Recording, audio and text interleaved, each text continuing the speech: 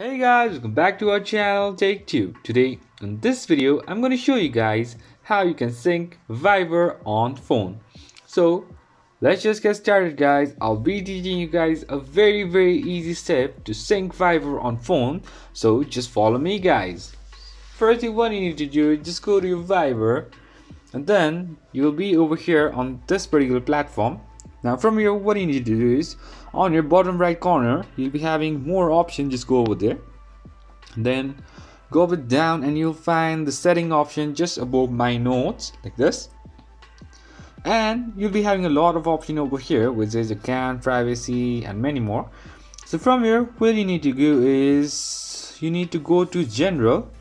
Just go over there and over here you'll be having option which says sync contact. So add Viber account to your device contact. So if this is turned off like this, you need to turn on like this, and here so this is how you sync Viber on your phone guys. So that's pretty much guys, that's how you do it. I hope this video is helpful for you guys. So thank you for watching our video guys. If you like our video, please leave a like and do not forget to subscribe our channel and also hit the bell icon so you never miss an update from us.